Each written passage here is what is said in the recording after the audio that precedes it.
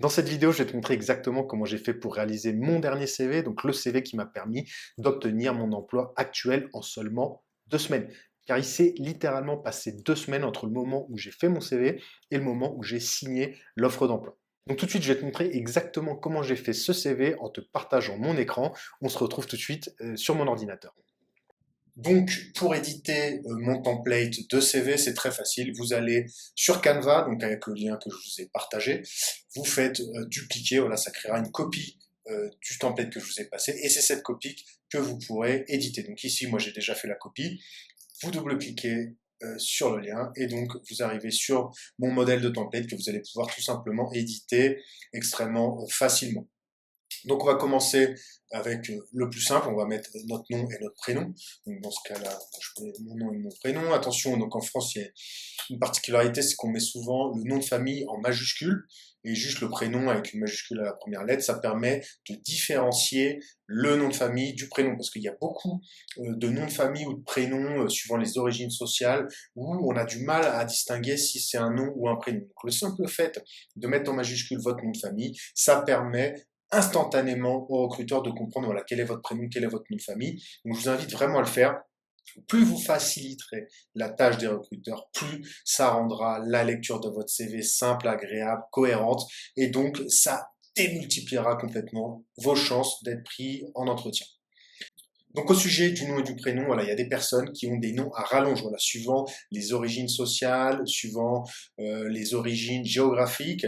Il y a des personnes qui ont 15 prénoms et noms, donc voilà, ça fait des noms à rallonge, et dans le CV, ça fait moche, et surtout, ça sert à rien. Voilà, le recruteur, lui, s'en fiche de savoir, de connaître vos 15 noms. Il veut juste savoir comment il va avoir à vous appeler. Donc moi, si je m'appelle Olivier René Henri de la Tour, de Castille, je mets Olivier Carlier. Les recruteurs sauront qu'ils auront juste à m'appeler Olivier comme lorsqu'on parlera en entretien. Ce nom et ce prénom, c'est juste un identifiant qui leur permet de vous identifier. Et voilà, une fois que vous serez recruté, les recruteurs, ils s'occuperont de remplir tous vos noms et tous vos prénoms dans le système. Ne vous inquiétez pas. Donc voilà, c'est juste un nom et un prénom. Il faut simplifier au maximum la tâche des recruteurs dans votre CV. Donc ensuite, la tâche suivante, ça va être par exemple de mettre la photo de profil. Donc ici, vous avez déjà un petit cadre qui consiste à mettre une photo de profil. Donc ce que je vais faire ici, c'est que moi, j'ai déjà préparé une photo. Elle est là. Je vais la faire glisser tout simplement ici même.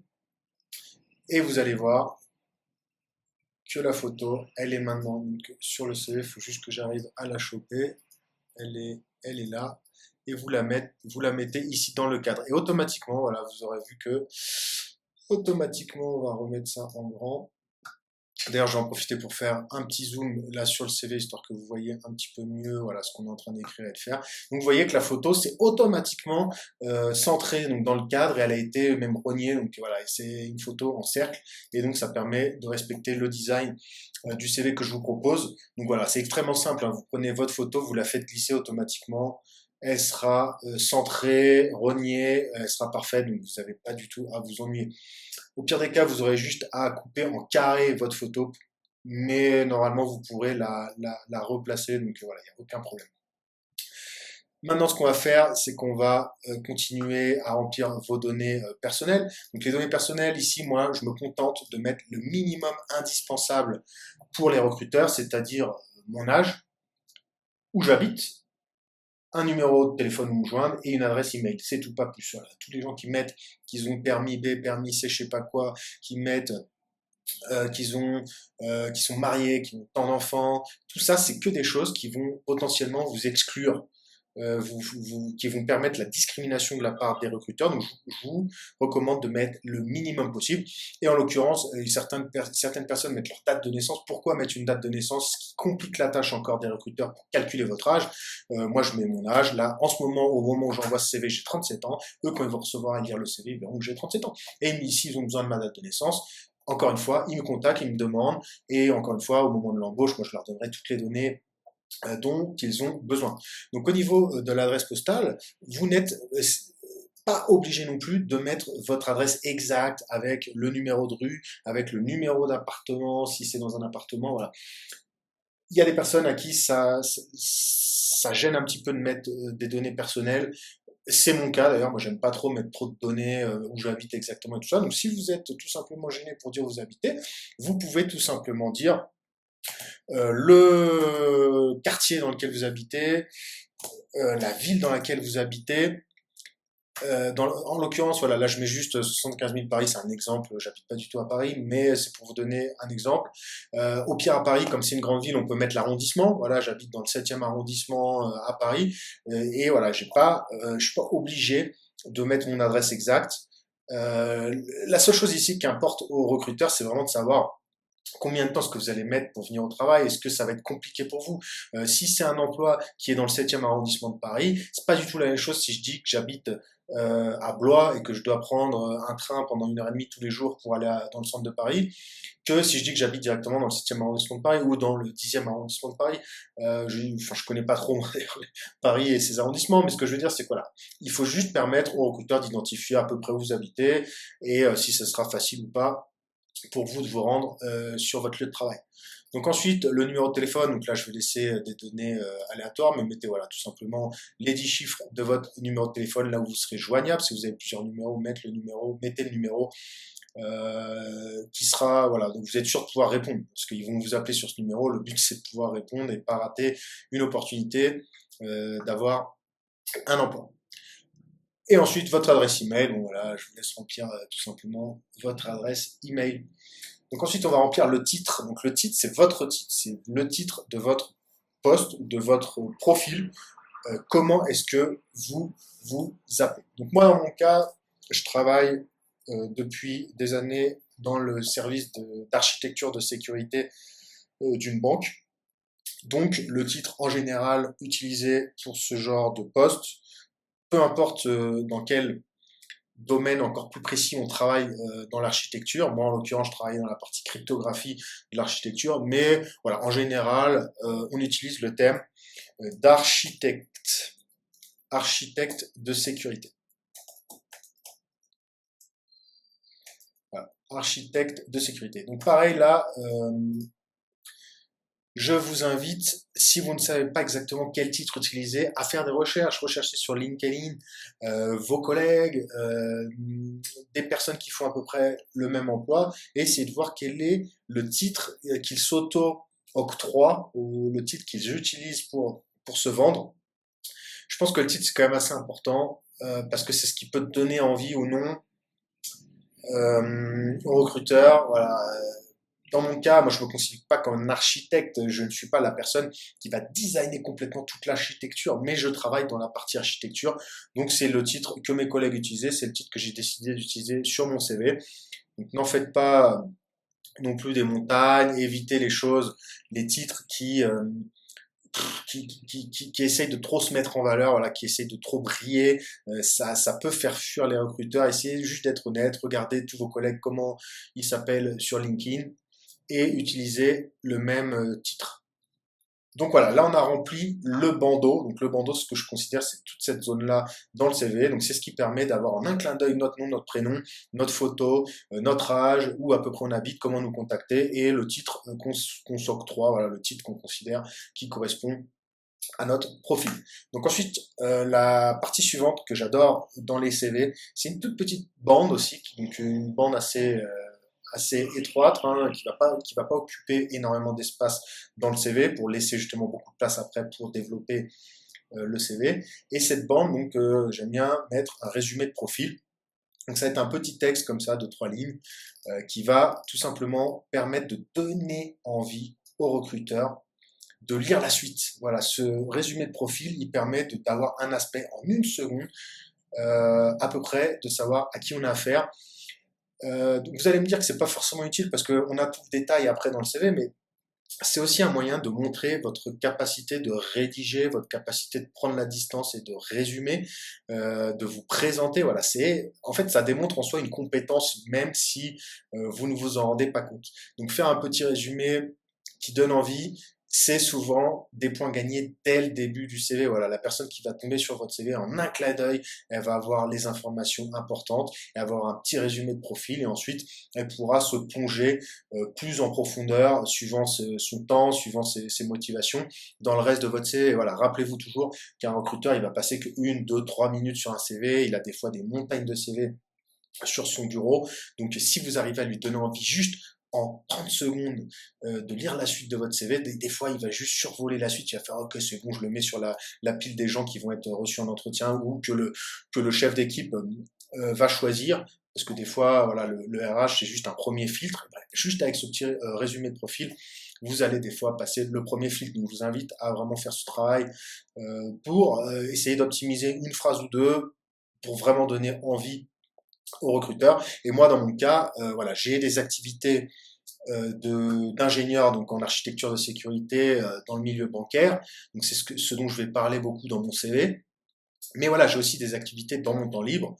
L'une d'elles, c'est justement ce projet, mon coach de carrière, dans lequel j'aide les gens à obtenir un emploi rapidement, donc à travers un blog, une chaîne YouTube. Voilà, euh, j'ai plusieurs canaux pour partager du contenu. Je vends aussi des formations, de l'accompagnement et tout ça. Donc tout ça, c'est une activité que je vais essayer de mettre en valeur dans ce petit résumé. Je ne vais pas forcément en parler dans mes expériences professionnelles, mais je vais essayer de dire qu'en plus, dans mon temps libre, voilà, j'ai ce genre d'activité. Ça montre que voilà, dans mon temps libre, je ne passe pas mon temps à regarder Netflix, à jouer aux jeux vidéo, à fumer des joints. Voilà, vous aurez compris que j'ai des intérêts qui peuvent intéresser les recruteurs parce que ça permet de développer des compétences additionnelles à celles que je développe dans mon emploi. Donc voilà, pour mon résumé de profil, ce que je vais pouvoir écrire. Donc déjà, c'est que j'ai travaillé, ça fait déjà plus de 11 ans que je travaille dans le domaine de l'architecture de sécurité, dans le milieu bancaire. J'ai passé aussi plusieurs certifications dans ce domaine, dans le milieu de la cryptographie, de la cybersécurité. J'ai des certifications internationales. Donc ça, c'est dès le début du CV dans le résumé. Je vais essayer de le mentionner, parce que je vais aussi le mentionner à la fin dans diplôme et certification. Mais voilà, si je peux déjà glisser un petit mot pour dire que voilà, ça fait déjà longtemps que je travaille dans ce domaine, qu'en plus j'ai des diplômes et qu'en plus dans mon temps libre j'ai des activités super intéressantes, ça donnera énormément envie de lire la suite aux recruteurs. Donc je vais commencer la rédaction de mon résumé de profil.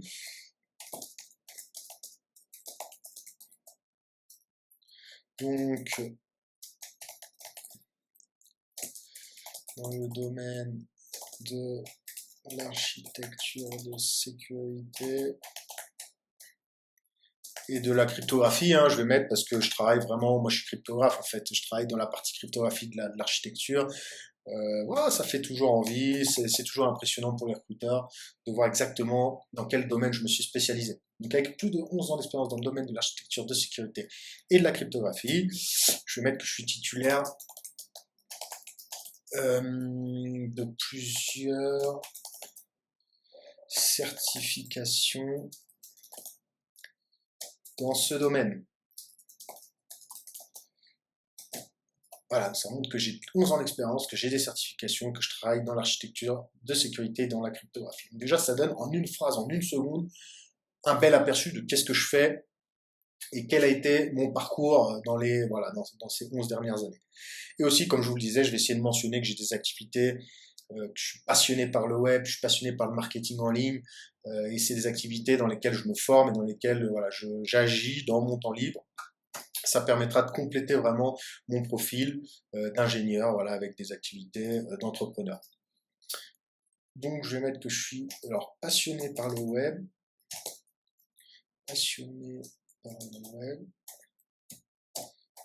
J'ai aussi développé dans mon temps libre.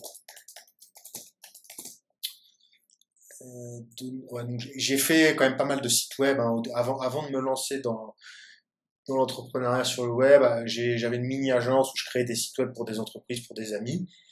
Ensuite, j'ai développé même un site de recettes de cuisine, donc de A à Z, j'ai complètement tout développé en tant que développeur. Et ensuite, j'ai lancé vraiment ce projet, mon coach de carrière, d'abord avec un blog, ensuite une vidéo YouTube. Donc voilà, j'ai fait quand même pas mal de choses sur le web. Je vais essayer de montrer ça, que c'est vraiment une activité. Ça fait des années que je suis vraiment passionné et que j'ai exploré plusieurs domaines. Donc j'ai développé dans mon temps libre de nombreux site web et j'ai développé une activité de vente de formation. Allez, comme ça va montrer que je suis entrepreneur, de vente de formation en ligne. Et ensuite, je vais mettre une phrase pour résumer un petit peu tout ça et pour expliquer pourquoi mon profil peut les intéresser. Je vais mettre que voilà, mon profil il est clairement polyvalent. Hein. J'ai un profil d'ingénieur et j'ai un profil d'entrepreneur sur le web. Donc, mon profil polyvalent d'ingénieur et d'entrepreneur. Voilà, démontre ma capacité à me former. Non, ma capacité à innover et à me développer dans divers domaines. Voilà. Ça montre que je suis curieux, que quand quelque chose m'intéresse, je me forme, j'apprends, j'agis. Et c'est exactement ce que veulent voir les recruteurs lorsqu'ils recrutent quelqu'un. Donc voilà, j'ai fait j'ai fait 3 phrases, voilà, ça prend 3 lignes. 3-4 lignes, une petite phrase sur mon expérience professionnelle, une petite phrase sur mes activités en dehors, et ensuite un petit résumé qui montre pourquoi ça peut intéresser les recruteurs. Donc voilà, c'est le genre de phrase qui se lit en 2 secondes et qui peuvent vraiment donner envie aux recruteurs de lire la suite et pourquoi pas de me recevoir en entretien des fois avant même de lire la suite. Parce que ça, c'est quelque chose de vraiment important que j'ai envie de vous partager. C'est que bien souvent, un CV, ça va pouvoir permettre à la personne qui va le lire, que ce soit un RH, le chef d'équipe, un directeur, de directement se faire une image de vous et par rapport à toutes les personnes que cette personne a connues, essayer de vous étiqueter et de vous placer comme un profil de telle personne qu'elle a connue. Donc en fait, juste en montrant quelques points, elle va s'imaginer votre personnalité, alors que des fois, c'est pas toujours votre vraie personnalité, mais elle va s'imaginer peut-être beaucoup mieux que ce que vous êtes, juste en arrivant, entre guillemets, bien sûr, juste en arrivant à vous mettre en valeur. Donc c'est pour ça que c'est vraiment important d'essayer de mettre en valeur tout ce qui peut être positif dans votre profil, de pas trop en mettre, parce que si vous mettez trop de détails, justement, ça va quitter, ça va enlever cette partie un peu imagination de la personne qui va lire votre CV. Faut qu'elle puisse s'imaginer qui vous êtes et vous relationner à une personne qu'elle a connue. Et donc forcément, des fois, juste en lisant un CV, quelques points intelligemment placés dans votre CV, cette personne, elle va tout de suite vous imaginer comme un crack, comme une personne qu'elle avait connue, et elle va tout de suite vouloir vous rencontrer sans même lire tout votre CV. Voilà, elle se dit c'est exactement la personne que je recherche, j'en suis sûr, il me la faut, c'est le profil parfait pour moi. Et des fois, après, elle sera peut-être déçue en entretien, mais là, on n'en est pas encore là. Là, le but, c'est que le CV vous décroche un entretien. Encore une fois, c'est le seul but du CV. Donc, contentez-vous encore une fois de mettre que les informations nécessaires, de pas trop en mettre et de donner vachement envie. Donc voilà, là on a placé déjà le premier bandeau avec vos données personnelles. On a placé le deuxième bandeau avec le petit résumé du profil. Maintenant, on va passer dans le vif du sujet, dans la partie expérience professionnelle, où on va énumérer voilà, toutes vos différentes expériences professionnelles. Donc, on va les classer de la plus récente à la plus ancienne. Et donc voilà, moi ce que j'aime bien faire et ce que je recommande pour faire un CV efficace, et notamment dans ce template que je vous ai préparé, c'est de mettre beaucoup plus de points, développer beaucoup plus votre dernière expérience professionnelle. Et plus on va monter dans le passé, moins on va mettre de points. Donc là, en l'occurrence, je sais pas, j'ai mis 5 points d'exemple pour la dernière expérience et un point pour tous les autres, mais ça peut être 4, 3, 2, 1. Le but, c'est qu'il y ait quand même une évolution temporelle dans votre CV, c'est-à-dire que cette expérience-là, ce soit une expérience on va dire comme si, je vais prendre un exemple bête comme si on était à l'armée. Là, je suis un simple soldat. Je viens d'arriver, je suis un moussaillon, quoi. Je connais pas les termes dans l'armée, mais là, je suis arrivé, je suis tout en bas. Ensuite, là, je suis monté, je suis chef d'équipe. Ensuite, là, je suis monté le grade au-dessus. Et là, je suis général. Et donc, forcément, j'ai beaucoup plus de choses. Et comme je vais chercher un poste de général, bah, je vais parler de ma dernière expérience de général. Il y a beaucoup plus à dire. C'est beaucoup plus des compétences qui correspondent au poste que je recherche. Mais ça sera intéressant de voir l'évolution et de voir que quand même, même quand j'étais tout en bas, j'ai quand même développé une compétence qui va servir pour le poste aujourd'hui de général. Donc voilà, c'est toujours intéressant de montrer qu'on a développé des compétences, même dans des postes assez éloignés où on était moins haut gradé, on va dire. Aussi, ce que je recommande, donc, c'est d'être assez intelligent. Vous avez peu de place dans un CV, donc si ici vous allez parler de 5 compétences, vous n'allez pas ici parler d'une compétence que vous avez déjà placée ici. Le but, c'est si vous allez parler d'une seule compétence ici sur cette expérience qui est lointaine, vous allez mettre une compétence A, et ben vous n'allez pas remettre la compétence A ici ou ici. Le but, c'est vraiment d'avoir 5 plus 1 plus 1 plus 1, ça fait 8 compétences en tout, que ce soit 8 compétences différentes. Et encore une fois, je vous invite à vous creuser pour mettre le plus possible de compétences dans votre dernier poste et essayer d'être beaucoup plus résumé. Voilà, il y a des personnes qui ont vraiment du mal à prendre de la distance, à faire des résumés et elles développent beaucoup trop, elles mettent beaucoup trop d'éléments qui sont pas forcément importants. Elles veulent absolument montrer qu'elles étaient exceptionnelles dans tous leurs postes, alors qu'ici, il faut la jouer intelligent. N'oubliez pas que le recruteur, il va lire ça, il va lire cette zone-là, ensuite il va lire ça, il va lire peut-être ça, ça, et des fois il y en a qui vont s'arrêter là, où ils vont lire juste, ils vont lire ça, et ensuite ils vont juste lire le titre, le titre, le titre, et ensuite ils vont passer voir les diplômes et certifications. Ils vont même pas s'attarder à lire les détails de ces expériences, que ça les intéresse pas. La seule qui l'intéresse, c'est celle-là. Donc c'est pour ça que je vous recommande vraiment de développer la dernière expérience à fond. Et ensuite d'être assez concis, juste de montrer en quoi vous avez vous avez développé une compétence, vous avez apporté de la valeur à l'entreprise en prenant de la distance et en étant le plus concis possible. Donc dans mon cas, donc alors toujours les titres, il faut mettre le mois et l'année du début de l'expérience, le mois et l'année de la fin de l'expérience. Ensuite, que vous étiez en poste chez telle entreprise à telle ville. Donc si vous avez toujours travaillé en France et que vous travaillez en France, vous pouvez vous contenter de mettre que le nom de la ville. Si vous êtes un peu plus international, vous avez travaillé dans plusieurs pays, à chaque fois mentionnez ville, virgule et le pays où vous avez travaillé.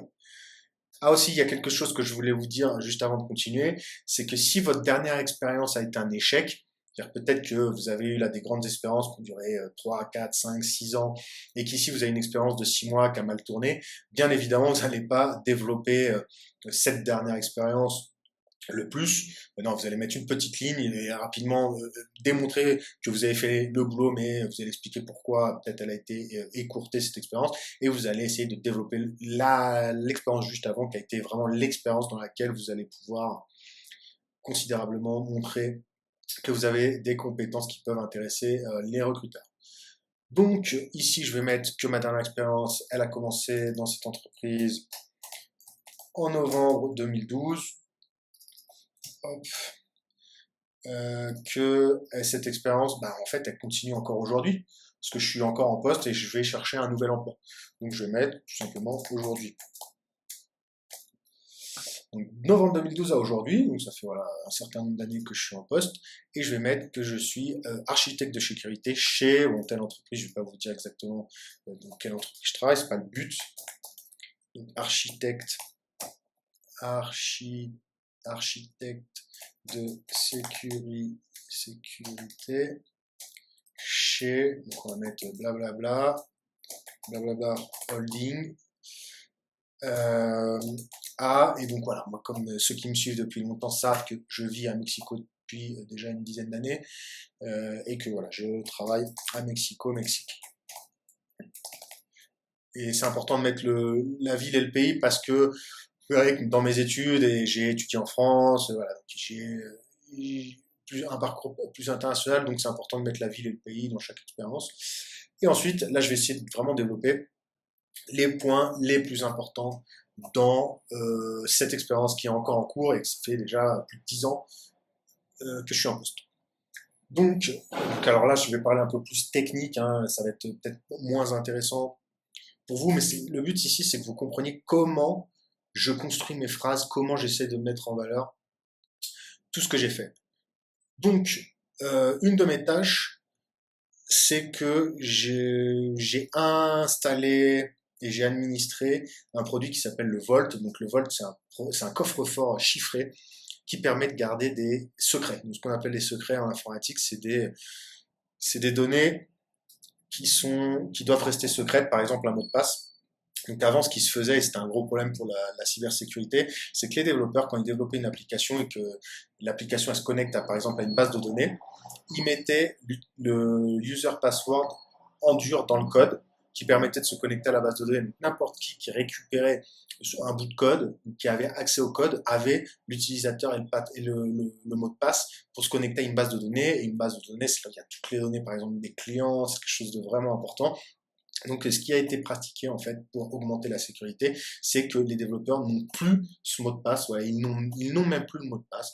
Ils vont juste se connecter à un coffre-fort qui garde ce mot de passe. Eux, ils connaissent même pas le mot de passe. Et en fait, on va leur gérer leur accès. On va leur dire, bah, ton application, elle a le droit d'avoir accès à tel dossier dans le coffre-fort. Et dans ce dossier, je vais te créer un secret qui va s'appeler secret numéro 1, et toi tu vas juste chercher secret numéro 1 et tu l'utilises sans savoir ce que c'est. Et moi après je vais administrer de mon côté dans ce coffre-fort ton mot de passe avec par exemple l'équipe qui s'occupe de la base de données. Eux ils vont me donner à moi le mot de passe, je vais le mettre dans le coffre-fort et en fait l'équipe qui développe l'application n'aura jamais connaissance de ce coffre-fort. Donc ça sert un peu à ça le coffre-fort Vault.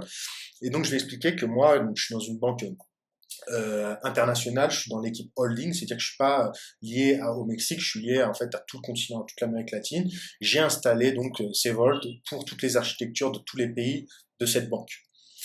Et aussi ce que j'ai fait, c'est que après l'avoir bien sûr déployé dans tous les pays, j'ai administré donc les rôles et les politiques qui permettent donc aux applications d'avoir accès seulement à leurs secrets, pas aux secrets des autres, etc. Donc j'ai administré vraiment l'intégralité de ce coffre-fort qui s'appelle Vault, c'est un produit et ça permet, voilà, il faut expliquer toujours le bénéfice dans ces tâches, il faut expliquer que ça permet de renforcer la sécurité de l'architecture et donc de la banque. Donc pour expliquer tout ça, donc si je vous explique tout ça, hein, c'est pas pour vous faire perdre du temps, c'est pour vous expliquer un petit peu comment je vais construire ma phrase. Donc voilà, ma tâche par rapport au C-Volt, ça a été deux choses. Un, de les déployer dans toutes les architectures de l'Amérique latine, et deux, d'administrer vraiment les rôles et les politiques qui permettent aux applications de se connecter. Voilà, tout ça, ça permet en fait d'augmenter la sécurité. Encore une fois, si je me contentais de juste dire ce que j'ai fait, ça ne met pas en valeur là justement la valeur que j'apporte à l'entreprise. Alors que si j'explique que le fait d'utiliser ces technologies et de les administrer correctement, ça permet considérablement d'augmenter la sécurité des architectures, bah c'est un peu ce qu'on attend d'un architecte de sécurité, quoi. Donc ça permet de montrer que j'ai vraiment apporté de la valeur. Donc j'ai déployé et administré les Vaults pour la région Amérique latine, générant donc ça c'est plus technique, ça vous intéresse pas forcément. Le clavier un peu relou. Les rôles, c'est pas grave, je sais pas comment on fait cet accent. Les rôles et les politiques qui permettent aux applications de la banque d'accéder en toute sécurité à leurs secrets, renforçant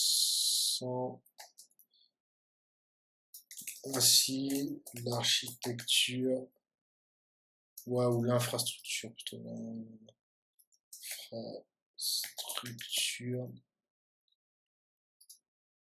l'infrastructure de sécurité de telle entreprise, non?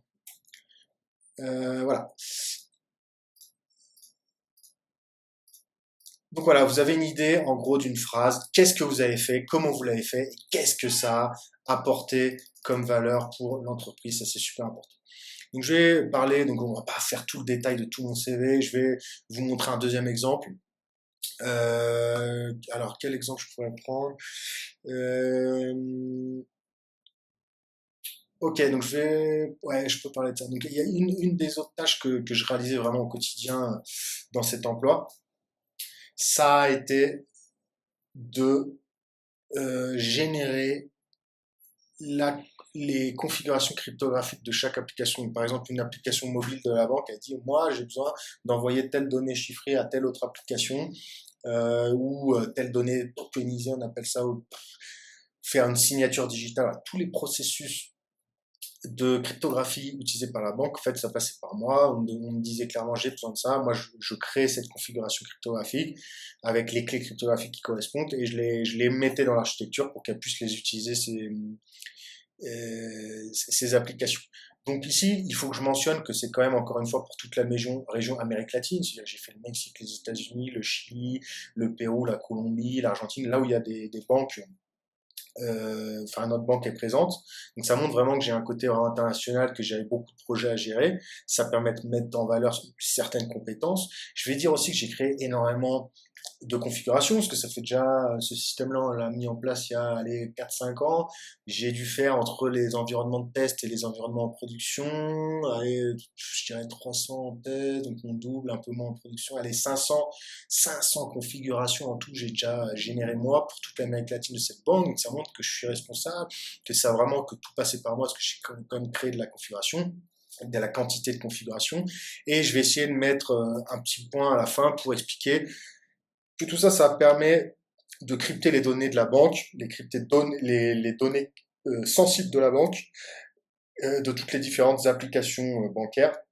Et donc ça montre directement en quoi ça apporte de la valeur à la banque.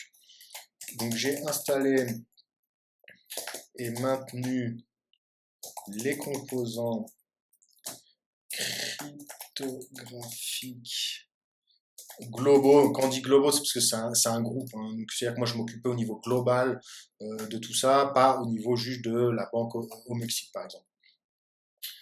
Dans les différentes architectures, parce que voilà, il y a plusieurs architectures dans la banque, donc voilà, moi je m'occupais de plusieurs architectures, je créais la cryptographie dans ces différentes architectures. Cloud, voilà, on va mettre que ces architectures cloud, comme ça permet vraiment de mettre en valeur que cette banque elle est quand même à la pointe de la technologie. Donc, on va même mettre cloud, sa propre architecture, et Amazon Web Service, voilà, avec deux architectures, la sienne et celle chez Amazon. Donc dans la région, encore une fois, latino-américaine, on va changer pour ne pas remettre la région Amérique latine, on va mettre dans la région latino-américaine. Et j'ai généré plus de 500 configurations cryptographiques qui assurent le cryptage des données sensibles des différentes applications bancaires. Voilà, ça donne une idée, et ce qui est encore une fois extrêmement important, c'est toujours de chiffrer. Voilà, là, j'ai fait exprès de me forcer à trouver un chiffre. J'ai essayé de calculer à peu près combien j'en avais fait. C'est bien sûr un chiffre inventé, c'est un chiffre aléatoire. Ça se trouve, j'en ai fait 400, ça se trouve, j'en ai fait 600. C'est pas grave. Ici, ce qui compte, c'est de dire que voilà, j'en ai fait des centaines, c'est énorme. Et dans tous les pays d'Amérique latine où est présent cette banque. Donc ça montre que c'est quand même du sérieux, voilà. Et encore une fois, à la fin, on ajoute ce petit passage qui dit qu'on assure voilà, le cryptage des données sensibles de la banque. Donc c'est quelque chose qui a apporté énormément de valeur.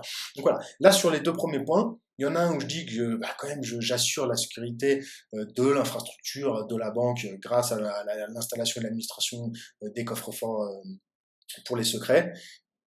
Et ensuite, je dis que j'ai réalisé toutes les configurations cryptographiques que j'utilise cette banque dans toute l'Amérique latine. Donc voilà, et sachant que je parle aussi un petit peu plus technologique ici en parlant d'architecture propre et d'Amazon Web Service. Donc Amazon Web Service, c'est quand même un gage de nouveauté, de montrer que la banque a quand même des technologies assez modernes. Donc voilà, rien que ces petits mots ici, ils viennent ajouter des petits détails qui peuvent fortement intéresser les recruteurs, sachant que les recruteurs aussi utilisent des robots qui permettent de détecter des mots-clés dans les CV, et donc le simple fait d'avoir ajouté AWS, donc Amazon Web Service, des fois ils disent on a besoin de quelqu'un qui sait Amazon Web Service, juste ils vont faire la recherche, hop, ils vont tomber sur un mot-clé, donc voilà, ça permet encore une fois d'ajouter plus de chances de mon côté. Donc je vais continuer là à remplir mon CV, je vais vous épargner les détails. Je vais remplir tout ça. Et ensuite, je vous montre comment je vais remplir. Même là, à mon avis, ça sera à peu près la même chose. Et on revient juste après, donc pour vous montrer comment je remplis la partie diplôme et certification. Donc voilà, j'ai terminé, j'ai rempli toutes les phrases de mon CV. Donc vous avez vu là, j'ai rajouté 3 autres points. Et si je disais que j'installe et que je gère tous les certificats digitaux de la banque en Amérique latine, donc ça permet, encore une fois, je mets pourquoi, à quoi ça sert, ça permet de contrôler. Ah oui, donc on a aussi un outil interne qui permet de contrôler la date d'expiration des certificats et de les renouveler avant leur expiration. Ça, c'est un point hyper important parce que la plupart des banques, elles savent pas quand les certificats digitaux euh, expire. Et donc, du jour au lendemain, poum, il y a une erreur en production, les systèmes arrêtent de marcher parce que le certificat a arrêté, a expiré et personne n'est au courant. Donc, nous, on a réussi à développer un outil en interne qui permet de savoir à l'avance quand le certificat va expirer et donc de le renouveler avant qu'il expire et d'éviter des grosses incidences en production. Donc ça a vraiment beaucoup de valeur. J'ai aussi expliqué que j'ai installé le système de token software de la banque, donc ce qui permet de générer sur votre application un code, un token en automatique et qui permet de valider vos opérations. Donc ça, c'est moi qui l'ai installé pareil, dans toutes les banques d'Amérique latine. Donc ça, c'est une tâche que j'ai fait avant de voir la cryptographie, mais j'ai décidé d'en parler parce que c'est quand même intéressant de se dire j'ai quand même déployé tout ça et maintenu tout ça dans tous les pays d'Amérique latine avant de passer donc en cryptographie et que aussi j'ai essayé encore une fois de chiffrer comme vous pouvez le voir de dire rien qu'au Mexique ce système est utilisé par plus de 15 millions de clients donc c'est du sérieux, j'ai installé un système qui est utilisé par 15 millions de clients pour faire leur transfert depuis leur application mobile donc voilà c'est quand même quelque chose de super important, ça montre encore une fois que ça montre des compétences différentes à celles que j'ai montrées juste au-dessus. Donc aussi là j'ai ajouté un dernier point ici. Donc ça, c'est pareil, je me suis creusé pour essayer de le trouver. C'est pas forcément quelque chose, une tâche que je réalisais. Mais ce que je disais, c'est qu'en fait, dans l'équipe holding où je suis, on est disponible 24 heures sur 24, 7 jours sur 7, parce que les installations se font la nuit, donc des fois le vendredi, le samedi, et des fois on peut nous appeler à 4 heures du matin pour dire qu'il y a tel système qui est tombé, et donc il faut aller voir pourquoi il est tombé et essayer de réparer tout ça en direct, quoi. Donc c'est quelque chose de très pesant dans ce travail, et c'est d'ailleurs pour ça que j'ai envie de changer d'emploi, entre autres. Mais il faut le mettre parce qu'en fait, il y a beaucoup de personnes qui, dans leur travail, elles vont être non, non, moi je viens à 9 heures, je repars à 18 heures, mais pas une minute de plus, jamais je travaillerai le soir et le week-end. Et ben moi, le fait que ça fait déjà 10 ans que je fais ça, il faut le mentionner, ça montre que je suis complètement disponible et que je suis complètement engagé avec mon travail. Donc voilà, j'ai mis au sein de l'équipe holding, nous sommes une équipe de support qui assure la disponibilité continue des architectures globales. Nous devons être disponibles 24 heures sur 24, 7 jours sur 7 pour intervenir et résoudre les incidents en production. De même, nous réalisons des installations la nuit et le week-end. Cela exige un engagement et un dévouement exceptionnel. Voilà. Donc ça, c'est important de le mettre. Ça donne envie, ça montre que je suis vraiment engagé avec mon emploi. Donc comme vous voyez, c'est pas une tâche en soi, mais c'est un point qui va donner envie au recruteur, qui va mettre en valeur mon profil. C'est pourquoi j'ai décidé d'en parler. Donc voilà, j'ai eu d'autres postes, je fais un mini résumé, j'ai pas besoin d'aller beaucoup dans les détails.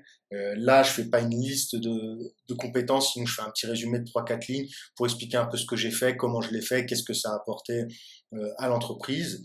Ça permet voilà, de donner une idée de quelle était cette expérience. Ici, le but, c'est qu'ils se disent, OK, il a travaillé pendant tant d'années, a telle expérience, et ça permet de voir un peu ce que j'ai fait, mais vraiment, ce qui va intéresser les recruteurs, c'est vraiment toute cette partie-là. Si se trouve, là, ils vont même pas le lire. Ils vont lire que les titres.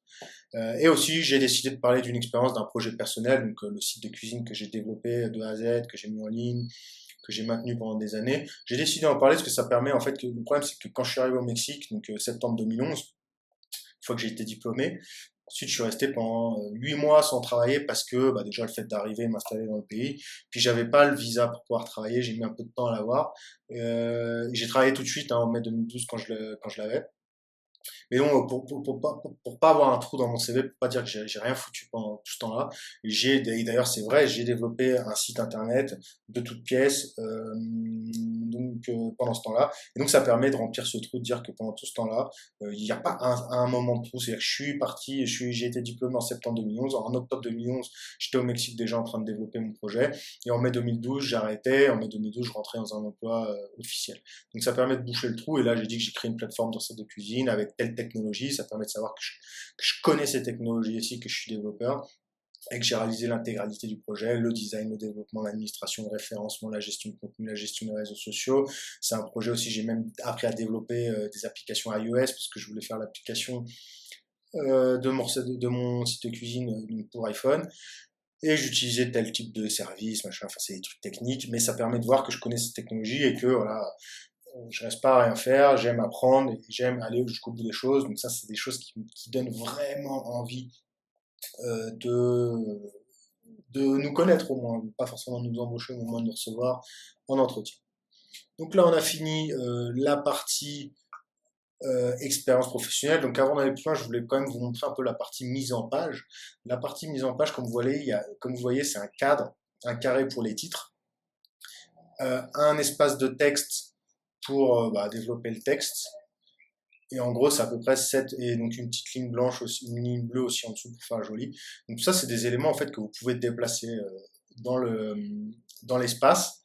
Et je vais vous montrer un petit peu si au cas où, si vous avez besoin, par exemple ici, de plus d'espace, de moins d'espace, par exemple si ici vous n'avez que cette partie-là, comment faire pour aligner tout ça. Donc ce que vous allez faire ici, c'est que vous allez faire un rectangle de sélection, vous allez tout prendre, vous allez tout simplement tout monter pour venir le coller, le centrer déjà. Donc, comme vous voyez, ici à droite et à gauche, il y a des petits traits qui se mettent pour vous dire que vous êtes centré.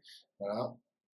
Et donc là, on est centré. Donc après, c'est plus où est-ce qu'on monte. Donc là, automatiquement, il va me dire par ici, c'est bien. Et là, on se rend compte que, en fait, ce qui compte, c'est qu'après le texte et avant le titre, voilà, il y a à peu près ça d'espace, comme on voit ici. C'est ce qu'il y a aussi ici. Donc là, il y en a un peu moins d'ailleurs. Je pourrais même rebaisser tout ça, là, si je voulais un peu pour garder le même ça. Le but, c'est qu'entre un titre et le texte, il y a à peu près toujours le même espace. Donc ici, entre le titre et le texte, il y a le même espace. Ici, entre le titre et le texte, il y a le même espace. Ici, entre le titre et le texte, il y a à peu près le même espace. Le but, c'est d'essayer de garder cette logique. Donc là, on garde le même espace. On arrive jusqu'ici. Ici, qu'est-ce qu'on va faire? On va aussi remonter peut-être un petit peu tout ça pour garder le même espace entre la fin du texte et le titre suivant. Donc voilà, essayez de garder cette logique, vous allez voir que c'est extrêmement simple, vous avez juste à sélectionner comme ça, parce que là vous pourriez sélectionner que le titre, mais en fait quand vous déplacez un titre, vous voulez aussi déplacer le trait qu'il y a avec. Donc pour faire ça, vous sélectionnez tout simplement tout ça et ça va tout vous déplacer. Là, vous voyez que vous déplacez à la fois le titre et le, la ligne qui est en dessous. Et donc voilà, le but ici c'est vraiment que ça soit extrêmement visuel, extrêmement simple, et que vous vous concentriez vraiment sur le développement du texte pour donner envie aux recruteurs et pas sur la mise en forme. Pour la mise en forme, je vous recommande aussi de prendre de la distance, donc de dézoomer. Ça vous permettra de voir un petit peu, ok, là il y a tant d'espace ici entre les deux. Donc l'idée c'est d'avoir à peu près autant d'espace ici après le résumé de profil, qui est à peu près, voilà, donc là il y a à peu près le même espace ici et ici. Vous développez toute cette partie, ensuite vous prenez tout ça, et là vous essayez de mettre à peu près le même espace aussi, donc ça reviendra à peu près à ça. Donc là vous voyez qu'ici il y a le même espace que ici. Ensuite là on va faire cette partie certification et diplôme. Si cette partie elle arrive jusqu'ici, et ben on va prendre sans ça d'ailleurs. Donc alors pour prendre deux parties ensemble, vous cliquez sur une partie et vous appuyez sur le bouton Shift, le bouton avec la petite flèche, et ça ajoute dans la sélection la partie que vous vouliez. Vous avez vu? Là, si je veux ajouter tout ça, je peux faire ça et ça l'ajoute à ma sélection. Donc ici, moi, je sélectionne tout. Je vais placer ça comme il faut à la fin de la partie expérience professionnelle que je viens de terminer. D'ailleurs, on pourrait tout remonter un peu. Je trouve qu'il y a un peu trop d'espace. Voilà, c'est pas mal. Et donc voilà, on va remplir cette partie et de même après. Donc, ah oui, donc là j'ai agrandi ce rectangle, donc en fait on va descendre juste la partie hobby. Donc c'est ces deux-là, hobby, hop. Voilà, c'est ces parties-là. On va les descendre comme ça et on va les caler juste en dessous de mon nouveau cadre. Mon nouveau cadre il arrive ici. Ouais, en fait là on se rend pas compte parce qu'il n'y a pas de texte, mais s'il y avait du texte, ça serait beaucoup plus clair. Là maintenant mon cadre il arrive ici.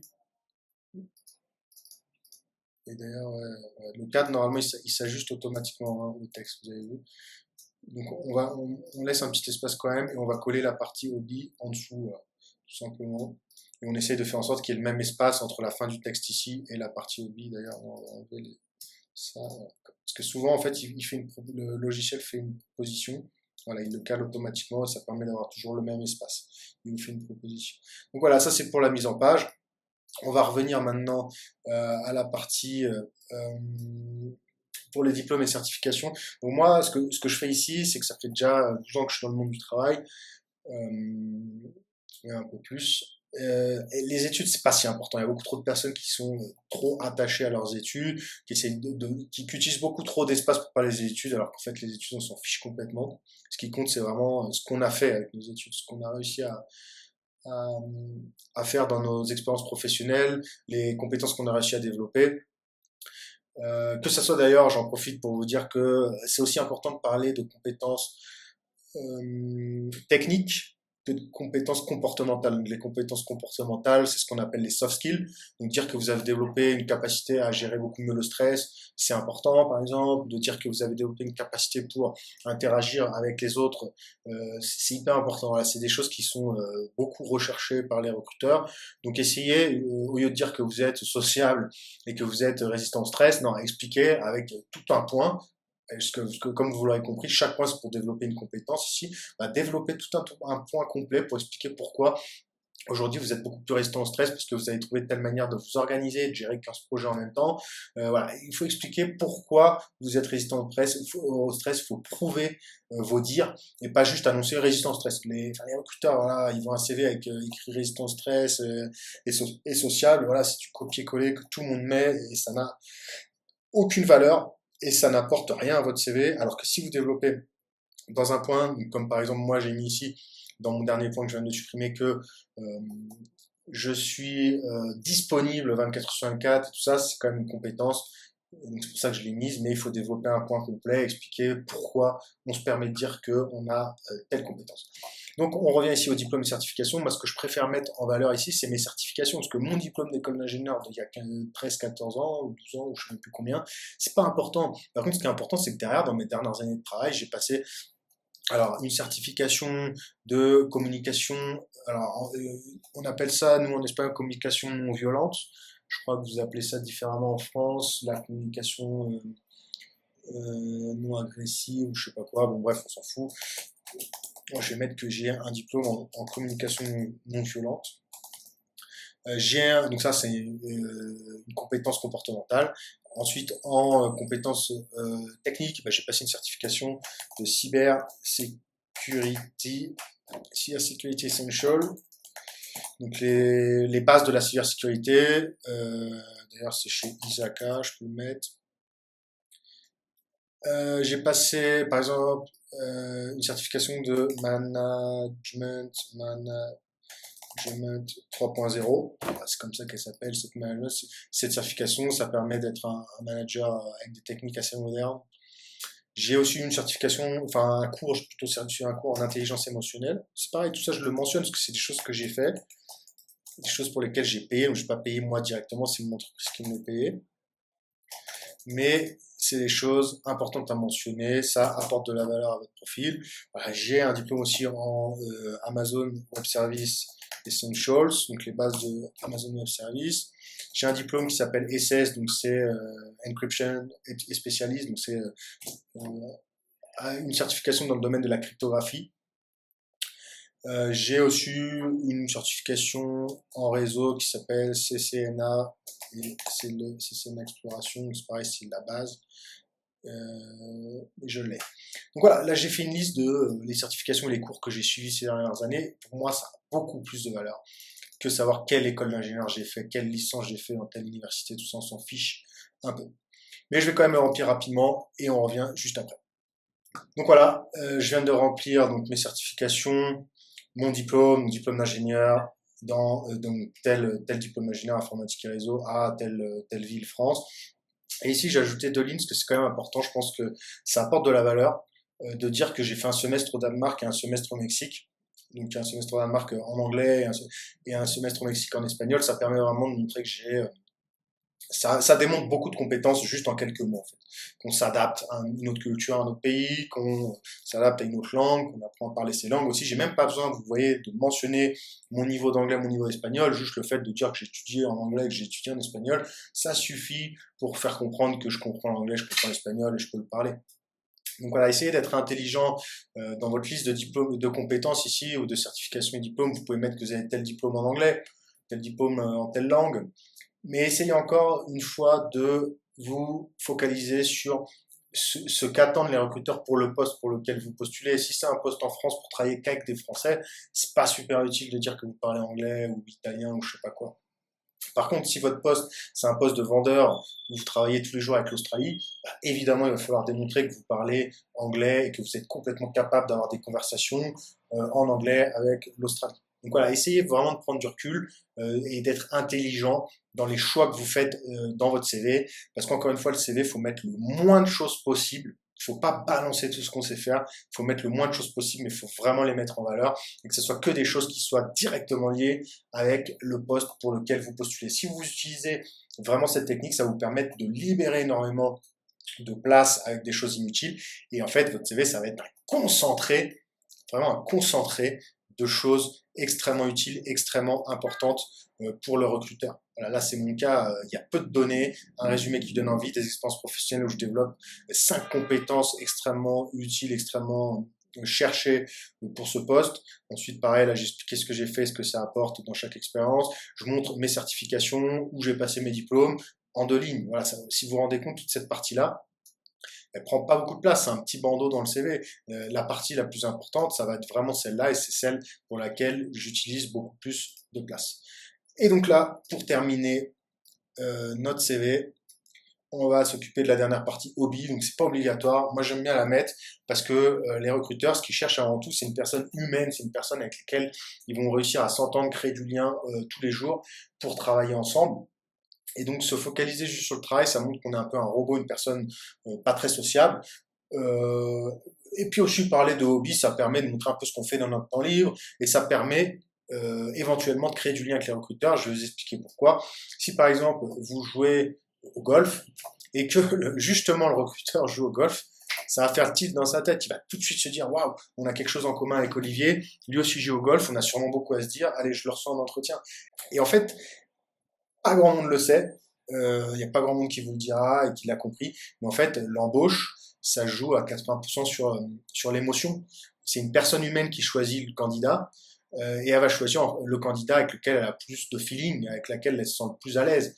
Peu importe qu'elle couvre pas toutes les compétences demandées pour le poste, c'est la personne avec laquelle elle va se sentir le mieux. Ça, je peux vraiment vous l'assurer. Mais voilà, des fois, on couvre pas tous les points demandés pour un poste. On n'est pas les plus qualifiés sur le papier pour le poste, mais on est quand même pris parce qu'on arrive à créer du lien avec les recruteurs. Et donc, le fait de parler de quelques hobbies, ça permet des fois, par le plus grand des hasards, de créer énormément de liens avec les recruteurs. Donc, moi, ce que j'ai fait ici, d'ailleurs, j'ai mis ça en espagnol. Alors, attendez, je vais mettre ça en français. Donc voilà, je viens de remplir 2 lignes pour les hobbies et dans lesquelles, je vais parler de ma passion pour le web marketing et le copywriting. Donc ça montre encore une fois que je suis absolument passionné par des choses intéressantes dans mon temps libre. Et aussi, alors là j'exagère un petit peu, mais je dis que je suis amoureux de la culture italienne, que je cuisine des plats italiens et que j'apprends l'italien. Mais c'est vrai, j'apprends l'italien dans mon temps libre avec une application. Et il est vrai que la cuisine italienne, c'est de mes cuisines préférées et que je cuisine de temps en temps voilà, des plats italiens. Donc voilà, j'ai essayé de mettre en valeur tout ça, que c'est un sens, voilà, le fait que j'aime cuisiner. Oui, c'est vrai, j'aime cuisiner les plats français, j'aime cuisiner les plats, peu importe, j'aime cuisiner. Mais là, le fait de tout centrer sur la culture italienne, ça montre que j'ai des passions. Donc je dis que voilà, j'aime cuisiner, bah je dis que j'aime cuisiner des plats italiens. J'apprends l'italien, je dis bah ouais, en fait, je suis passionné par la culture italienne. Alors c'est pas forcément le cas, euh, mais voilà, je dis que je suis amoureux de la culture italienne et que pour ça, à cause de ça, bah, je cuisine des plats italiens et j'apprends l'italien. Donc ça montre que je vais jusqu'au bout des choses quand quelque chose me plaît et ça montre énormément de compétences comportementales, juste cette petite ligne. Donc vous contentez jamais de dire que vous êtes pas enfin vous regardez des films et vous aimez bien partir en voyage comme ce que met tout le monde, ça n'a absolument aucun sens. Ou par exemple si vous aimez lire, bah ok c'est bien de savoir lire, surtout dans les temps par les temps qui courent, il y a très peu de personnes qui lisent, donc forcément quelqu'un qui lit, ça démontre une personnalité qui forcément moi si j'étais recruteur ça m'intéresserait tout de suite de savoir que vous lisez, mais essayez de tourner ça de manière à apporter énormément de valeur, de dire que vous êtes passionné par la littérature anglaise, même si c'est pas forcément ouais, mais ça vous permet de montrer que vous êtes quelqu'un avec des passions et que vous allez au bout des choses et que vous ne vous laissez pas juste porter par la flemme dès que vous sortez du travail. Donc voilà, on a fini de remplir ce modèle de CV. Donc vous venez de le voir, c'est extrêmement simple au niveau de la mise en page, hein. Vous pouvez déplacer tous les modules assez facilement. Essayez de respecter ce petit cadre tout autour, le même espace. Essayez de respecter les espaces entre chaque partie. Et c'est tout ce qu'il y a à savoir. Le reste, ça se met en deux coups de clic, deux coups de souris. Ça se met en page. Et donc, focalisez-vous vraiment sur l'édition en texte de votre CV. Donc voilà, maintenant votre CV il est fini, vous pouvez l'exporter en PDF pour l'envoyer au recruteur. Donc tout simplement ici dans Canva, vous cliquez sur partager. Vous allez mettre que vous voulez voilà, télécharger et vous allez mettre que vous voulez. Donc vous pouvez le choper, le télécharger en image. Moi, je vais mettre que je le veux en PDF. Le PDF c'est comme le format standard. Et je vais mettre télécharger. Voilà, le document se prépare, se télécharge, il est là, il est prêt. Et maintenant quand je clique dessus, j'ai accès à mon CV en mode PDF. Je peux l'imprimer, je peux l'envoyer au recruteur. Il est plus modifiable, il a une belle mise en page. Et voilà. Et si vous suivez ce template et que vous vous concentrez encore une fois sur le fond, vous êtes franchement, il n'y a aucune raison que vous ne soyez pas reçu en entretien.